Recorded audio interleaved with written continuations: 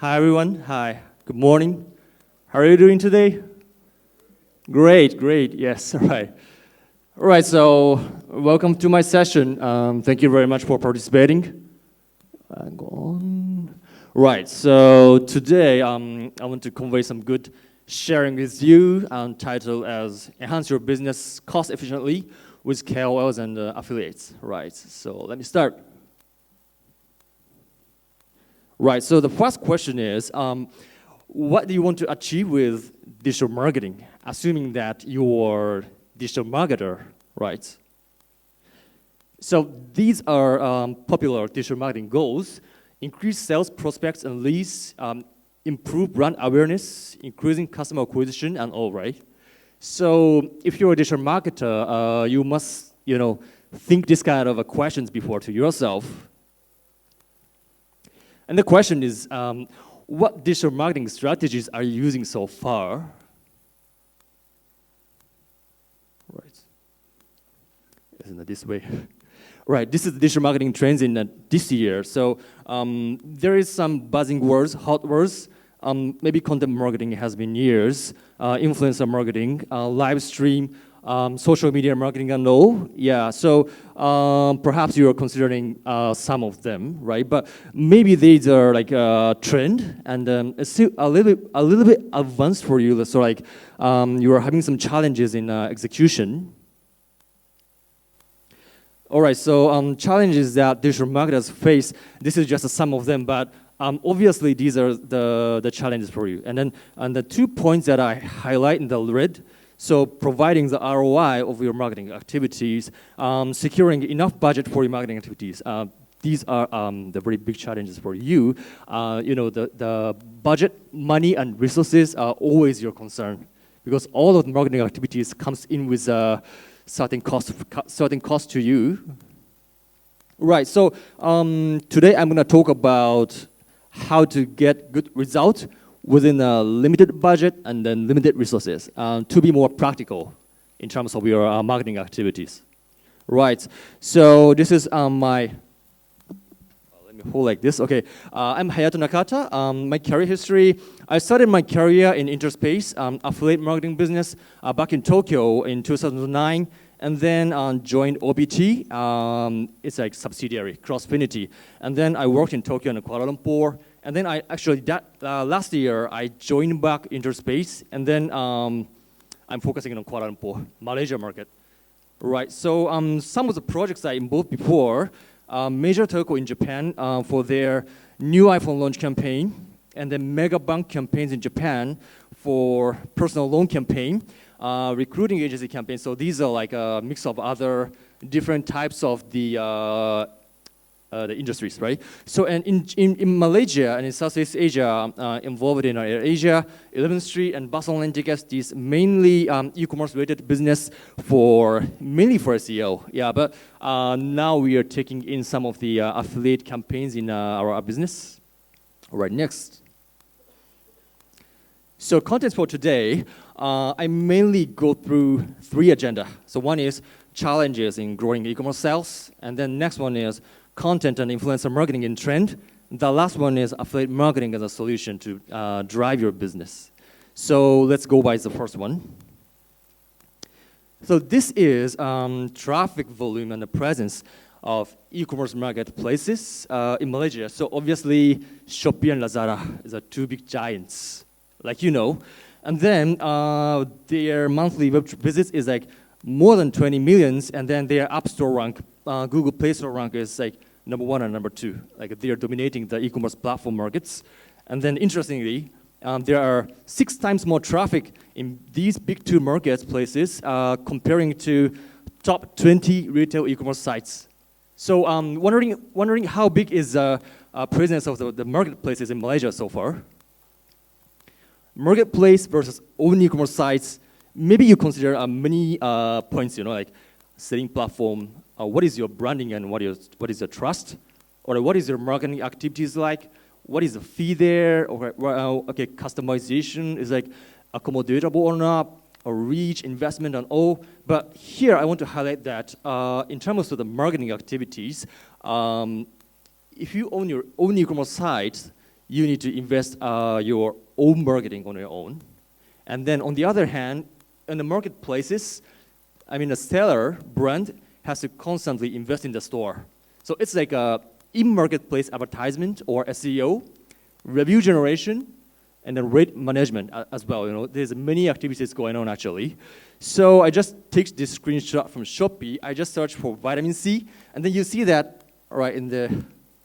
this one you see that there's a big competition in the prices, and then 5-star rates, 4-star rates, and then in the product detail page, what is the rating, and then what is the chat response. You know, the consumers are comparing these informations, and then Shopee is offering some similar products. What is a similar products they can look for?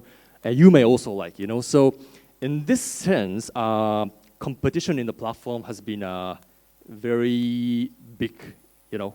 So you're using this Shopee, enjoying a big traffic, but still the competition is there, right? So it's a short summary. Marketplace is powerful, but big competition exists among the sellers in terms of pricing, reviews, and delivery and all. An own e-commerce site allows control of the marketing. You can design your marketing, you can design your branding. But the challenge is, one challenge is the budget allocation. All right, the second thing, so content and influencer marketing in trend. What's content marketing? So these are some surveys showing that what are the most effective online tactics in digital marketing, and then actually many companies answered that content marketing is the most effective channel, believe it or not, right? And then SEO, email marketing comes in. These are very major tactics, but still the content marketing is the number one. But the question is why, and what is content marketing? Definition: creating and distributing valuable, relevant, and consistent content to attract your audiences, retain a clearly defined audiences. But what does actually mean? What type of activity is it? What is benefit for your business? Right, this is very important. Publishing content which is useful and relevant to your audiences. Any form of content such as write-up, image, video, and infographic, these are all considered as a content marketing activities. Increase your visibility and reputation, and then eventually it contributes to your SEO and also social traffic. You know, you have your website, social accounts, and then it benefits traffic to be there. Some case study in Malaysia. Right, so I just took some 3 case studies from well-known brands. So the first one is Maggi. So they created a nasi lemak recipe and then posted to their YouTube channel. And then actually it was successful in terms of SEO. So if you search nasi lemak in Google, and then they are coming up in a very good position. This is first, number one. And then their YouTube channel subscribers are 80,000 over. Yeah, there's some significant result. The next one is AIA. So AIA Malaysia posts some infographic about the health-related products. And then their Facebook page likes is more than 227,000. And the last one, Shopback. Shopback is here, is not here. I might be afraid. All right, so SmarterWay, this is a lifestyle blog that they have aside from their main Shopback website. And then they post some like life, the topics related to like lives in Malaysia. For example, like tips to avoid the crowd when you travel. And then over 7,000 social shares, and then they have some good social, SEO traffic. Right, so these are some examples of content marketing in Malaysia, but yet they are big brands. So what comes in when you think of like content marketing for SME, you know? So I'm gonna talk some more about it later. All right, so let's move on to pros and cons on content marketing. So pros is very useful for potential customers, you know? It's not a hard pushing, hard selling. It's more like attracting the customers by content. One of the types of native advertising, low budget advertising, high status, virals in social, works for a long time, authority, SEO, and cons are, it's actually time consuming. Rather than just creating your ad and invest your money, you need to think what kind of content your audiences wants to, and then it requires creativity and diverse skill, It's not as easy as what we think at the beginning. How to attribute results. It's like actually a long story and many tasks and full-time job, right? Right. Later, I will be coming back to content marketing. So I like to move on to the social marketing. Okay. So most active social media platforms in Malaysia this year, the top one is YouTube. Anyone's not using YouTube here? I think most of you guys, all of you guys are using this. WhatsApp, Facebook, Instagram, Facebook Messenger, these are very popular. WeChat, very popular, mostly in the Chinese community, and all Twitter, LinkedIn, Skype, right? So the number of the Facebook accounts in Malaysia exceeded the population of Malaysia. It's very interesting. It's countries where people like to spend time on social media. This is a pyramid of influencer clusters. So when you think of some influencer marketing, you think of the different level of the KOLs actually out there. So the top one is celebrities. It's called mega influencers. They have very big reach and then very good for your branding purpose. They contribute to your branding. And then going down the clusters, one I highlight is like everyday influencers. So it's like a people around you actually. It's not a very special persons. We call it micro influencers. So the volume of traffic they have is actually not as big as the celebrities, of course, but the good thing is that they can generate high conversion rate because they have strong engagement with their followers. The many of their followers are their families and their friends and their colleagues. So the message they convey will be very good engagement. Is it? Okay. All right, then when it comes to the micro-influencers, right, how these micro-influencers actually get to record the video, edit video, show them as an influencer, but not like normal people, right? Actually, Access Trade, our business, is trying to do some like sharing session or like training session for this kind of like micro-influencers to help them to grow as influencers. All right, and then, all right, that is some collaboration with Shopee, and then this one is a KOL Academy called Modern. So they are community-based KOL Academy in Malaysia. This time they are targeting to like Chinese community, and then they support like quite much from A to Z, like how to be strong influencers in Malaysia. And then we have actually some YouTube channel to give some free sharing. And then this one looks very fun. All right, this is some annual event that we have with our publishers and influencers to like award some good contributors to this ecosystem. So I like to say now everyone can be influencer. Yeah, sorry for this. You think the different branding terms, but anyway, pros and cons of influencer marketing. So pros, it helps you reach relevant audiences. It helps you build trust and credibility. It broadens your brand reach. It is comparatively less expensive compared to conventional marketing, and it instills trust in the minds of consumers. And it avoids pushy marketing. This is some pros and cons. The wrong influencers can be detrimental. So maybe you can imagine, right? So you engage with influencers, but they don't really understand your brand or products or services. So how they introduce your services are not like what you want, or it's actually wrong information. Then this will not be a good impact for your business. This kind of mistakes can hurt your reputation badly. The groundwork takes time and effort. It is difficult to measure some results because you know like how to measure conversion. Is it like number of likes, number of shares? But what you want is sales. What you want is leads. So the question is how to measure this kind of results. And then poor influencer brand relationships can be costly. Right. So the question is how to conduct content and influencer marketing at reasonable cost. So here's one suggestion: affiliate marketing. Right, so let me just briefly talk about affiliate marketing. Have you used affiliate marketing before? Can you raise your hand if you have this experience? Yeah, thanks. Yeah, I can see some hands. Great. So at least know the term. Who knows this term, affiliate marketing? You must know. Right, thanks. Right, it might be the new term for some of you. Right, so how affiliate marketing works. This is very briefly. Okay, so consumers go online and then, see some publishers. It can be news or social channel, YouTube, whatever, and then see some advertisement, and then go to some advertiser's site, assuming Shopee, Lazada, whatever, right? And then they purchase or register some products.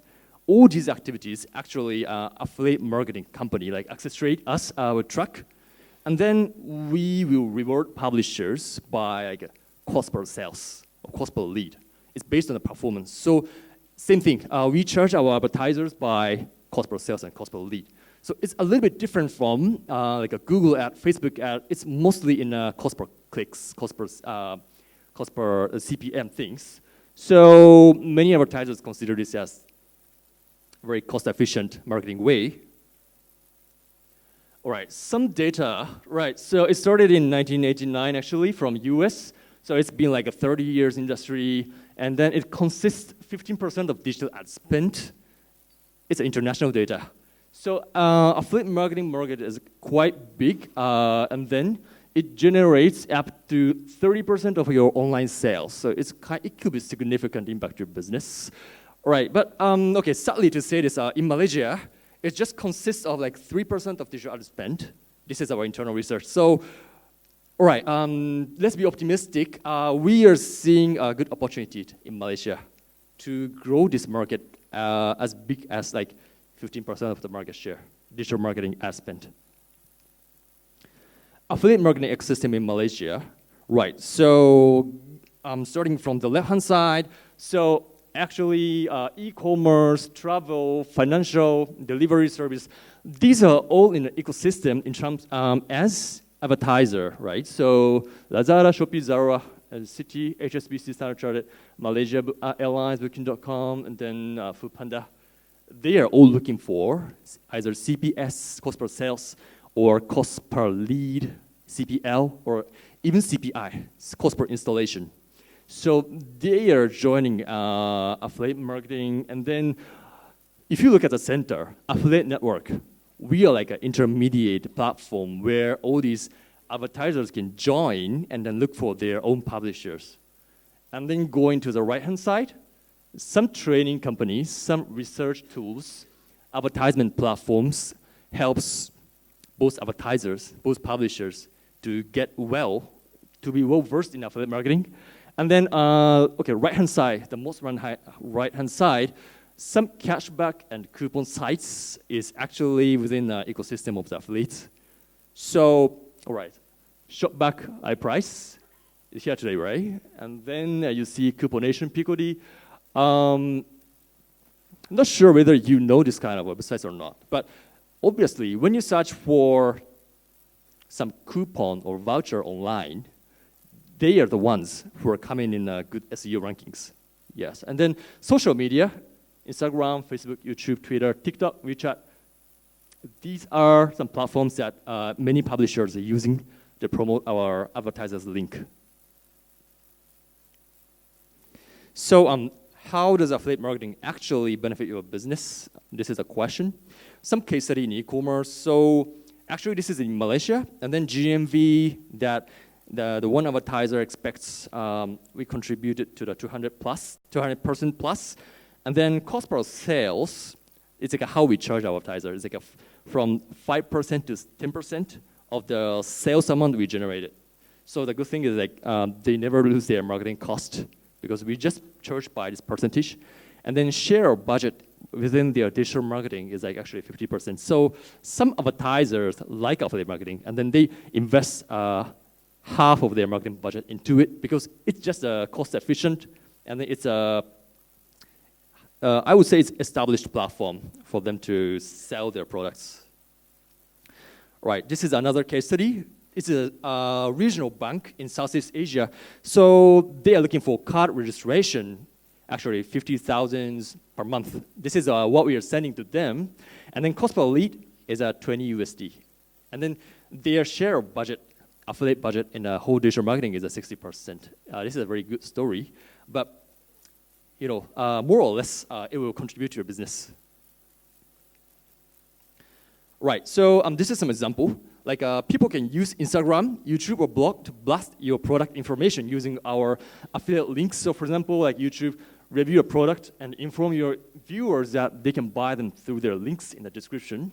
As like a blog, provide tips and tricks about the products and embed the link in your content. So it's very easy, I would say it's easier than selling some products online or doing some Grab driver, if you believe it. Some case study of the KOLs. So Natural Gal has been one of our publishers at KOL. So she has like more than 3,000 followers, and then she actually put Access Trade link in her bio, right? You can see the click Access Trade. And then the amount that she's getting is that, okay, she's generating roughly 5,000 to 10,000 ringgit sales to our advertisers. And then actually, she's earning 1,000 to 1,005 ringgit per month. So she's a full-time worker. Right, she's a full-time worker, so she has like day-to-day jobs. But this is her like a side business, or like what she's doing whenever she's not working. She's free. So she posts many photos. And then sometimes she, introduces some products information, and I like these products. Why not purchasing this from my link? And also, this is how she is generating the traffic to our advertiser site. Right, another case study. Right, so this is Malaysia Freebies, one of the promo and voucher sites in Malaysia.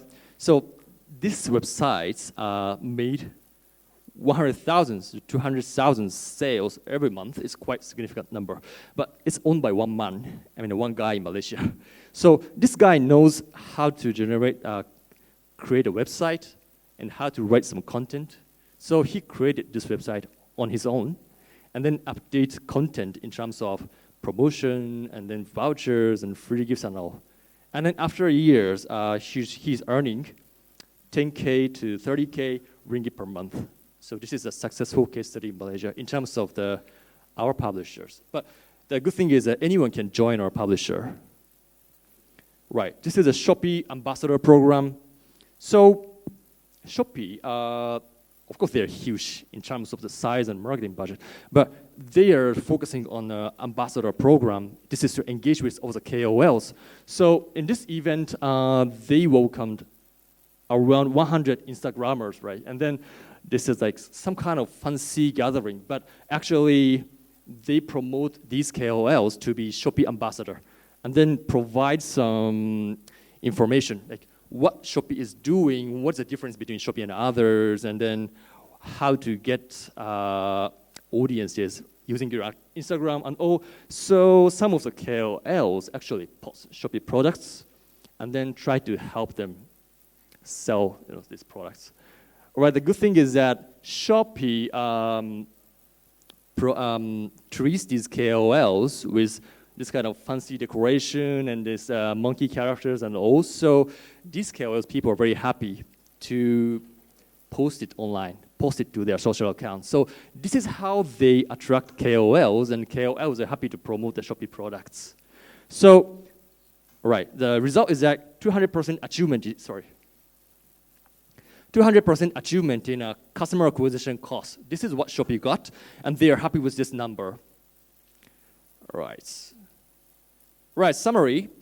Affiliate marketing is a cost-efficient sales, lead-driving channel to business.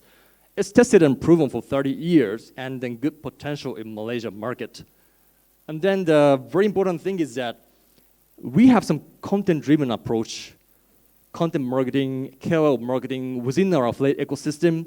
So it can come with a product review, video content, influencer marketing. This is something that you can expect by CPS or some other additional costs, but not spending a big budget, right? Right, so this was my session. So I went through the 3 points. this is a summary of straight sharing. So this is a repeating of the important points. Right. Thank you very much, everyone. Thank you for listening. We have Facebook, so please follow us online. All right, thank you, Nakata. Let's have 1 or 2 questions. We have time for that. The first is, how do you deal with micro-influencers with fake likes and followers? Right, this is a very good question. Yes, right. So how we do with that, okay, we will generate some marketing collaterals, right? So in this merchant campaign, what you're supposed to say or not supposed to say, we are not forcing our KOLs to say some specific message, but this company has this kind of a branding direction or this kind of things that they want to avoid in terms of exposure. So this is something that we control how they post information into social accounts. And then afterward, after they post some content, right, we can actually manually check some of the contents. Cannot be all, because sometimes contents will go onto the Instagram like stories. It will go after 24 hours. And anyway, we are trying our best to maintain a quality of the social post. All right, let's have the next question. A recent study shows that Malaysian influencers are mostly fake and cannot influence people anymore. What says you?